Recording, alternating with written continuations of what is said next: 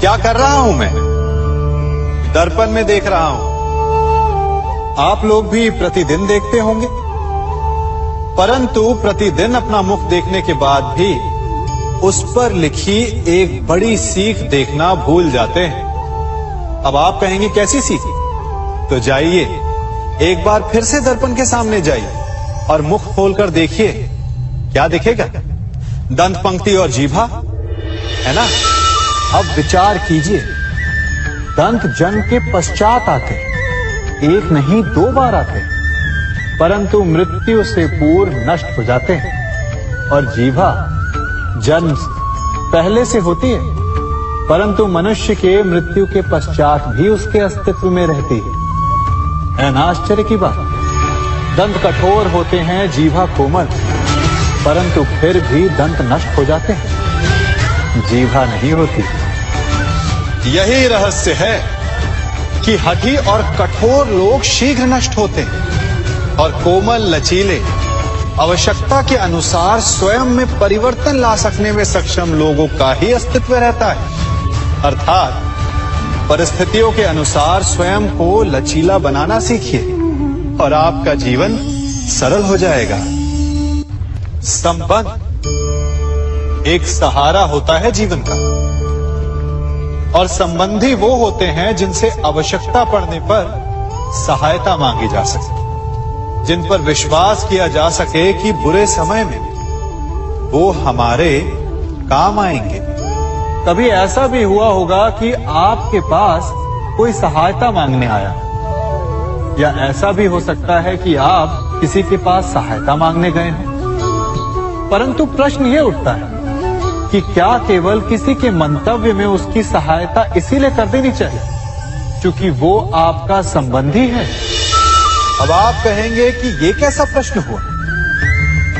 तनिक सोचिए, एक अस्त्र बनाने वाला जब अस्त्र बनाता है तो ये अस्त्र किसको देना है उसका अधिकार उसी के पास होता है। वो चाहे तो ये अस्त्र किसी को भी दे सकता है, वो एक सैनिक को भी दे सकता है या एक डाकू को भी, और यही अस्त्र 2 भिन्न कार्य कर सकती है। यदि डाकू के हाथों में आ गई तो उसका भय दिखाकर वो लोगों को लूटेगा, निरपराधों का रक्त बहाएगा। सहायता करने वाले की भी अवस्था ऐसी ही होती है। इसलिए किसी की सहायता करने से पूर्व ये विचार कर लेना आवश्यक है कि किसे क्या, कब और कितनी सहायता देनी चाहिए कि उसका दुरुपयोग ना हो। यदि आपकी सहायता से कोई अधर्म हुआ तो उसके उत्तरदायी आप ही होंगे। जीवन में कई बार ऐसे अवसर आते हैं कि आप लोगों से मिलने जाते हैं और उनसे कुछ आकांक्षाएं भी रखते हैं, और कई बार जीवन में ऐसे अवसर भी आते हैं कि लोग आपसे मिलने आते हैं। इसलिए अतिथियों का सम्मान करने से पूर्व सदा कुछ बातों को स्मरण रखना आवश्यक होता है। यदि कोई आपके पास मिलने आता है तो उसके 3 कारण हो सकते हैं। पहला कारण होता है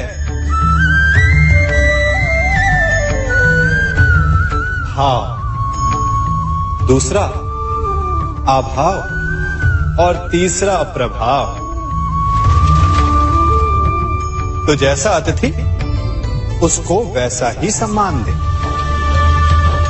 यदि आपके पास कोई भाव से आए तो उसे केवल आपका प्रेम चाहिए, आपका सानिध्य चाहिए, और यदि कोई अभाव में आया तो उसकी उतनी सहायता अवश्य करें जितना आप करने में सक्षम हो, परंतु इतनी अधिक भी ना करें कि वो उस सहायता का दुरुपयोग कर बैठे।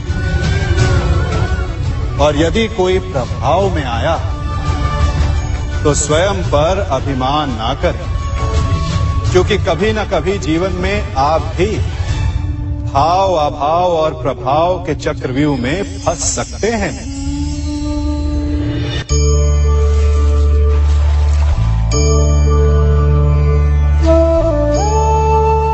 यदि जल को मुट्ठी में कसकर बांधें, तो जल कैसे अपना मार्ग बनाकर निकल जाता है? इसी धारा की भांति यही अवस्था हमारे अपनों के साथ भी होती है। अधिकतर हम जिनसे प्रेम करते हैं, हम सदा उन्हें अपने समीप रखना चाहते हैं, स्वयं से दूर नहीं होने देना चाहते। चिंता करते हैं, भय खाते हैं कि कहीं उनके साथ या उनसे कुछ बुरा घटित ना हो जाए, और ऐसे में हमारे अपने ही हमसे दूर हो जाते हैं, ठीक मुट्ठी में बंधे जल की भांति। इसलिए जिनसे आप प्रेम करते हैं, उन्हें स्वतंत्र कर दीजिए, उनकी सोच को स्वतंत्र बनने दीजिए, उन्हें अपने मार्ग स्वयं ढूंढने दीजिए, क्योंकि आप सदा उनके साथ उन्हें मार्ग दिखाने के लिए नहीं रहने वाले। इसलिए अपनों के साथ अवश्य रहें, परंतु उन्हें बांधे नहीं।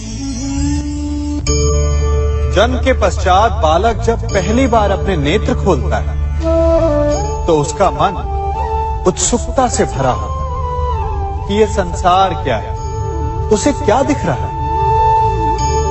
ये उसके जीवन का नया आरंभ होता है। परंतु जैसे हम धीरे धीरे बड़े होने लगते हैं, अनुभव अर्जित करते हैं, हमारे मन की उत्सुकता, हमारे जीवन का चाव होने लगता है। तनिक सोचिए, जब हम सुबह सोकर जगते हैं, अपनी आंखें खोलते हैं, तो उसे ही हम अपने जीवन का प्रारंभ समझ ले, तो सुबह से लेकर संध्या तक के समय को ही अपने जीवन जीने का समय समझ ले, तो कितनी स्फूर्ति आ जाएगी। आप कितने काम कर पाएंगे, कितने लक्ष्य अर्जित कर पाएंगे। फलों से मिलकर घड़ी बनती, घड़ी से मिलकर प्रहर, प्रहर से मिलकर दिन बनते हैं, और दिनों से माह और वर्ष। यदि आप अपना हर पल, हर प्रहर विश्वास से जिए, हर दिन उत्साह से जिए, तो आपका संपूर्ण जीवन सार्थक हो सकता है। मनुष्य अपना जीवन विश्वास पर जीता है, परंतु विश्वास किसका? तनिक सोचिए, किस पर विश्वास है आपको? महापुरुषों की कही बातों पर, ग्रंथों में लिखे ज्ञान पर, माता पिता की सीख पर, या मित्रों के दिए गए निर्देशों पर, या फिर मेरी कही बातों पर? ये सब विश्वास अपूर्ण है जब तक आपको स्वयं पर विश्वास ना हो। यदि विश्वास करना है तो पहले अविश्वास करने के विज्ञान को भी सीखना चाहिए। आप किसी की बातों पर विश्वास न करें, आप अपने मन से पूछें, अपनी अंतर आत्मा से प्रश्न करें, और जो उत्तर मिलेगा वही सबसे उचित होगा। जब आप अपने मन, अपनी अंतरात्मा पर विश्वास करना सीख जाएंगे, तो नीति ज्ञान सब आपके भीतर से स्वतः उमड़ेगा। और यदि आप स्वयं पर ही विश्वास ना कर पाए, तो धर्म ग्रंथों में लिखे श्लोक, महापुरुषों की वाणी, माता पिता की सीख या मित्रों का निर्देश कोई भी लाभ नहीं दे पाएगा। एक पिता होने के नाते आप अपनी संतान के लिए क्या करते हैं? उसके लिए बहुत सारी सुविधाएं जुटाते, बहुत सारा धन कमाते हैं ना? और क्या आपको ऐसा लगता है कि यही उचित है आपकी संतान के लिए? इस पंछी को देख रहे हैं, ये भी संतान को जन्म देता है, उन्हें पालता है, पोसता है, उड़ना सिखाता है, और भोजन का प्रबंध भी करना सिखाता है। परंतु उनके बड़े हो जाने के बाद उनके लिए अलग से घोंसला नहीं बनाता। क्यों? क्योंकि यदि इसने संतान को सब कुछ करके दे दिया, तो संतान क्या करेगी? वो अपनी संतान को तब तक भोजन कराता है जब तक उसकी संतान स्वयं भोजन का प्रबंध करने में सक्षम नहीं हो जाती।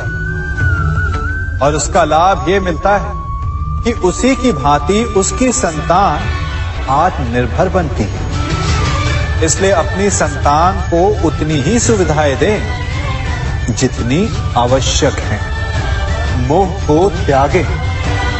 आपका उनसे मोह उन्हें कभी आत्मनिर्भर नहीं बनने देगा। अपनी संतान को कर्म करना सिखाइए। यदि आपकी संतान कर्म करना सीख गई तो वो धन स्वयं कमा लेगी। और यदि वो आलसी अकर्मण्य बन बैठे तो आपके संचित धन का भी नाश कर देगी। संसार में सबसे बड़ा संबंध कौन सा है? अब आप पूछेंगे कि यह कैसा प्रश्न हुआ? इसका उत्तर तो बड़ा सरल है, यही ना?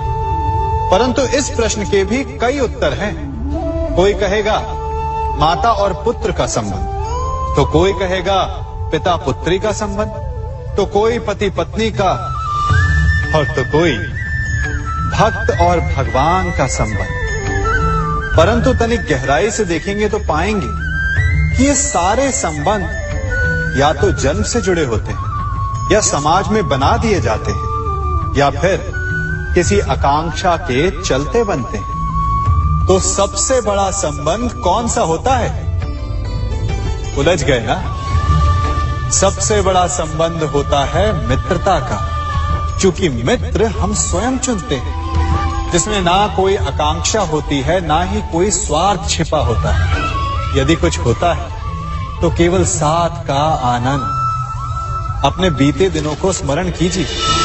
जब आप घर से बाहर निकलते होंगे तो सबसे पहले किसका स्मरण होता था? मित्र का। परंतु जैसे जैसे मनुष्य बड़ा होता जाता है, सफल होता जाता है, मित्र छूटते जाते हैं और फिर वो अपनी आय, अपने जीवन के स्तर के अनुसार मित्रता करने लगता है। उसके मन में ये विचार आ जाता है कि मित्रता बराबरी वालों से ही होनी चाहिए। यही सोच अनुचित है, क्योंकि मित्रता बराबर वालों से नहीं होती। मित्रता हमें बराबर करती है। इसलिए नए मित्र अवश्य बनाइए, परंतु अपने पुराने मित्रों को भूलिएगा मत।